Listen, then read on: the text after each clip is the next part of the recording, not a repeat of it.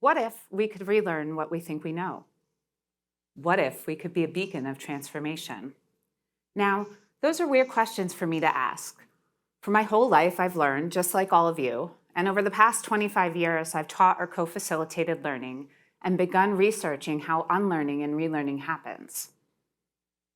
I believe the key to being a beacon in leadership and transformation is unlearning and relearning what we know.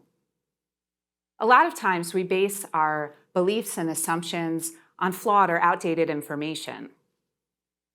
For example, in a study of 3,000 Americans, more than 75% believe that everyone is an expert in learning. And that's just not true. Those same people believe that facts get in the way of understanding, when in reality, facts get us to a deeper level of learning. So it's essential that we reassess our thoughts, our beliefs, our behaviors to foster transformation and understanding. Because otherwise, what are we really learning?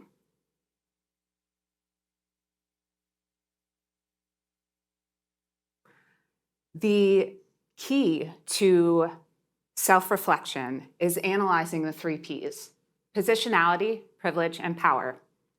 I'm going to get really raw, really deep, really vulnerable, and share some of the most impactful lessons that I've learned in the transformative process. So if you can agree to sit with me in the discomfort when you hear something that makes you uncomfortable, and be with me in curiosity, raise your hand. Thank you. For me, I'm going to talk to you about my transformative process, specifically in relationships with Black women. Now, the reason that I'm choosing to focus on my relationships with Black women is because it's in those relationships I've learned some of the most impactful lessons of what being a beacon in leadership and transformation looks like. For me, I can only speak to you as an able-bodied, neuroatypical, mostly stable, middle-class, highly educated, English-speaking white woman who owns her own home and business and is a citizen of the United States. Whew. That's a lot of power and privilege. When we're analyzing the 3 Ps, it's about our learning histories. The things we hear and see in our everyday life and on TV, the things we do and say, and our own and other people's responses to those things. So, getting vulnerable, really vulnerable, we start to peel off the layers and take off the armor to show up for ourselves and other people in relationships. I can only speak to you from my experiences and for myself. I grew up in a predominantly white working class neighborhood in the late 80s and early 90s, so I had a fantastic perm. I wore turtlenecks and day glow. If you know, you know. I was awkward. I still am. Ask anybody who knows me. And I got made fun of a lot. Dumbo, check out these ears. Flounderfoot, these babies are size 11s. And the inadvertent, when she loses the weight, she'll be a knockout. At 7, my dad opened his own pizzeria, which was his dream.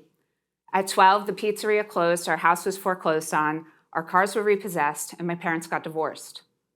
At 14, I moved with my mom and my sister to a more diverse neighborhood in the southern part of the state. And all of those things impacted me and how I show up in my relationships then and now. Fast forward to the wake of 2020's racial awakening and reckoning.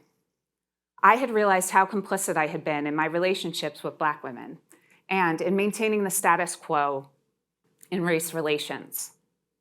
I had to work through the blame, the shame, the guilt. I had to recognize it's not right, wrong, good, or bad. It isn't binary, it just is.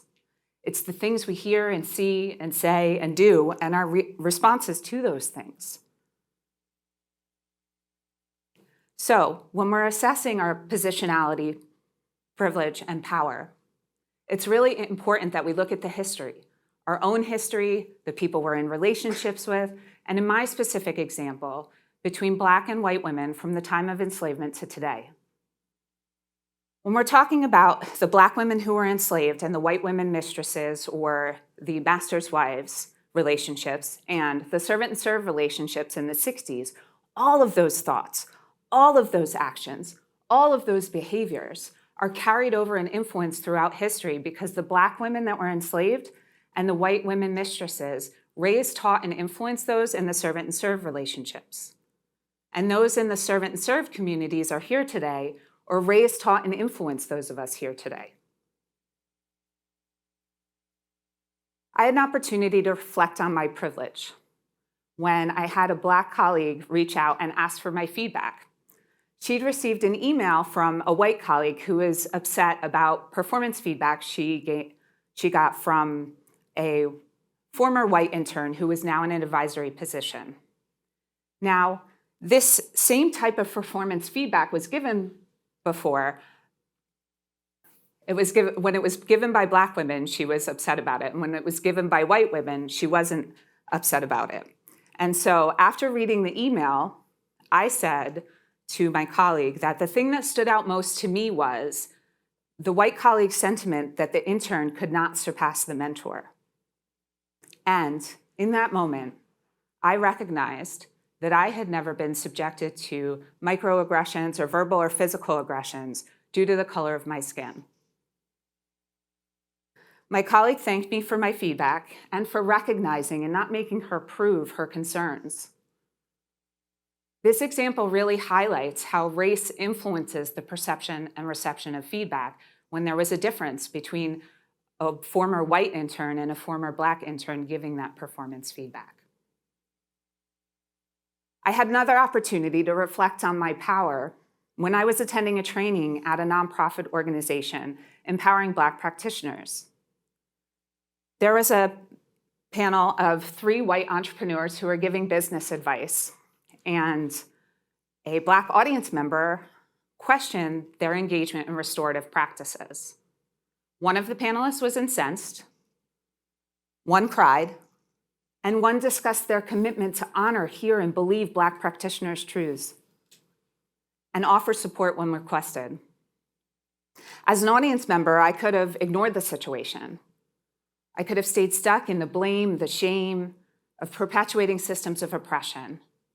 Or I could have stayed stuck in the guilt. I could have stayed stuck in the anxiety of saying or doing the wrong thing or making a mistake. I took it as a learning opportunity. What would I do and say if I was asked those same questions? Do you all see situations like this as learning opportunities?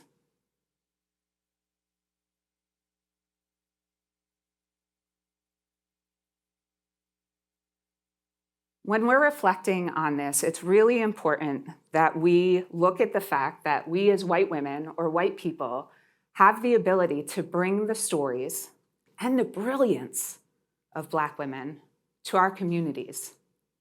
This means actively engaging in and acknowledging, sharing, honoring stories, supporting, sponsoring, and mentoring.